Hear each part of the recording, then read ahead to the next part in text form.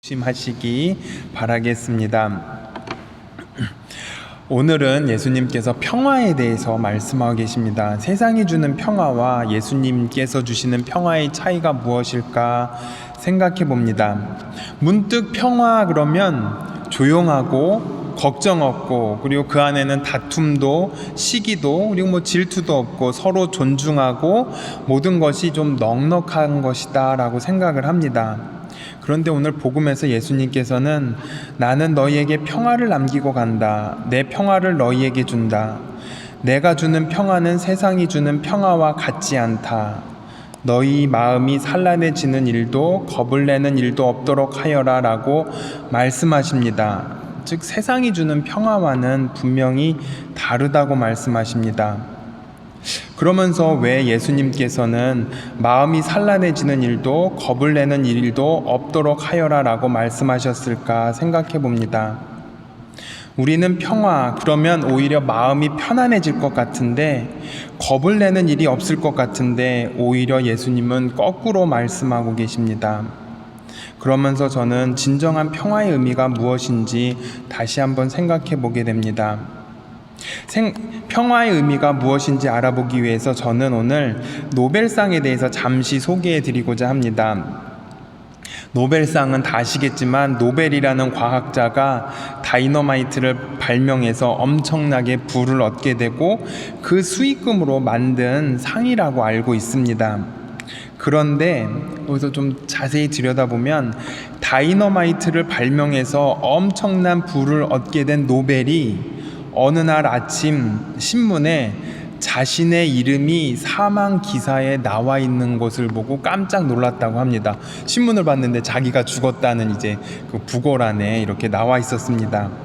알고 보니까 그 이유는 그의 형 루드비히 노벨이 죽었을 때 어느 신문사의 실수로 알프레드 노벨로 착각하기 때문이라고 합니다. 그러니까 다이너마이트를 발명한 사람은 알프레드 노벨인데 그 형 루드비히 노벨이 죽었는데 그걸 착각을 해서 이렇게 셌다고 합니다. 그러나 그는 항상 다이너마이트로 많은 사람들이 희생당하고 있었던 것을 가슴 아프게 여기던 찰나였는데, 중요한 것은 그때 잃은 그 부고기사, 사망기사에서 알프레드 노벨을 죽음의 상인이라고 표현을 했다고 합니다. 그러니까 많은 사람들은 그를 존경하지 않았던 것이었습니다. 그래서 그는 자기가 많은 돈을 얻었고 명성과 재화를 얻었는데 정말로 이것이 행복한 것일까라고 생각을 해보게 되었다고 합니다. 그는 자신의 발명이 엄청나게 부를 가져왔지만 반대로 많은 사람들의 희생을 가져다 주었다는 것을 깨닫게 됐고서는 전 재산을 기부하고 노벨상을 만들자고 이렇게 유언을 남기고 이렇게 죽었다고 합니다.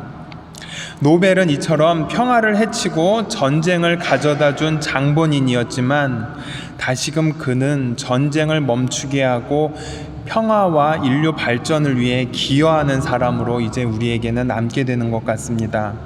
이처럼 평화는 나를 위한 목적에서 시작이 되었는지 아니면 온 인류를 위한 목적에서 시작이 되었는지에 따라서 완전히 다른 모습으로 드러나게 되는 것 같습니다.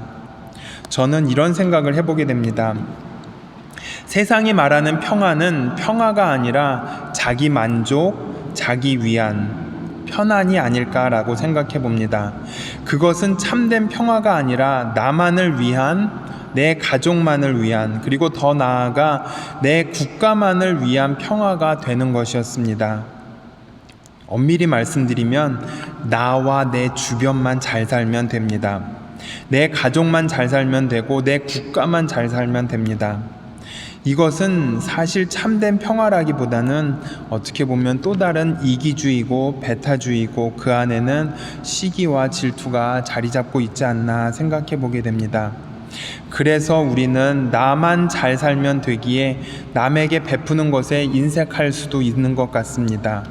우리 나라만 잘 살면 되기 때문에 다른 나라의 가난은 별로 관심을 가지지 않게 되고, 심지어는 다른 나라를 침략하면서 세계 평화를 위한다고 말을 하는 경우도 있지 않나 생각해 봅니다.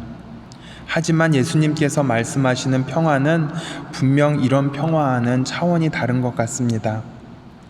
하지만 우리는 이런 평화의 유혹에 빠져 있는 것도 인정해야 할 것 같습니다. 왜냐하면 정말로 달콤한 에덴 동산의 달콤한 사과와 같은 유혹이 나만을 위한, 우리 가족만을 위한 그런 평화와 같은 유혹인 것입니다. 솔직히 나만의 평화와 다른 전혀 모르는 사람의 평화를 선택한다면 우리는 저 역시 주저없이 나와 내 가족, 내가 아는 사람들의 평화를 원하고 있는 것 같기 때문입니다. 그렇다면 이제 우리는 하느님께서 주시는 평화가 어떤 것인지 다시금 묵상해 보아야 하겠습니다. 예수님의 삶을 보면 우리는 너무나 쉽게 그 참된 평화의 의미를 다시금 깨달을 수 있을 것 같습니다. 예수님은 당신만의 평화를 원치 않으셨습니다. 그리고 당신과 당신 가족만의 평화도 아니었고, 당신과 당신 제자들만의 평화도 아니었습니다. 그리고 당신과 당신의 민족인 이스라엘만의 평화도 아니었습니다. 예수님은 당신 자신을 희생하면서까지 세상의 평화를 원하셨습니다. 세상의 예수님의 평화는 시작부터 우리와 달랐던 것 같습니다. 우리의 평화는 내 자신의 안녕과 편안함에서 시작되었다면 예수님의 평화는 당신 자신의 평화와 안녕을 잠시 포기하고 온 인류의 평화를 위해서 일했고, 그리고 그 일을 위해서 당신의 모든 것을 포기했던 것 같습니다. 사실 이스라엘 사람들이 예수님을 죽인 이유가 이스라엘 백성이 원했던 평화와 예수님의 원했던 평화와 큰 차이가 있기 때문이었습니다. 이스라엘 백성은 당신들만의 평화로 예수님을 원했지만 예수님은 그러지 않았습니다. 그래서 예수님을 죽이고 바라바를 원했습니다.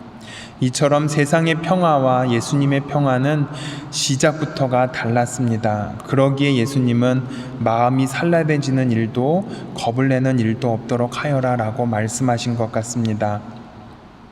힘들지만 우리도 조금씩 예수님의 삶을 닮아가도록 노력해야겠습니다. 분명히 우리는 나와 내 가족을 위해서 살아야 됩니다. 하지만은 거기서 조금이라도 이제 다른 사람들을 위해서 좀 봉헌하겠습니다라는 마음 자세도 필요한 것 같습니다. 오늘날 세상이 각박하다고 생각을 하면서도 가끔 뉴스에서 자신들의 삶을 희생하면서 남을 위해 사는 분들을 바라보게 됩니다. 그분들은 참된 평화는 나로부터 시작되는 것이 아니라 분명히 다른 이에게 무언가를 베풀 때 시작된다는 것을 깨달았던 분인 것 같습니다. 이제 우리도 힘든 일이라고 볼 수 있을지 모르겠지만 분명히 남을 위해서 살아가는 생각을 좀 해보는 것도 필요할 것 같습니다. 마치 노벨이 다이너마이트를 발명해서 많은 부를 얻었지만 다시금 평화를 위해서 자신의 모든 재물을 바쳤던 것처럼 우리도 그렇게는 못하지만은 조금이라도 그렇게 봉헌하는 삶을 노력해야겠습니다.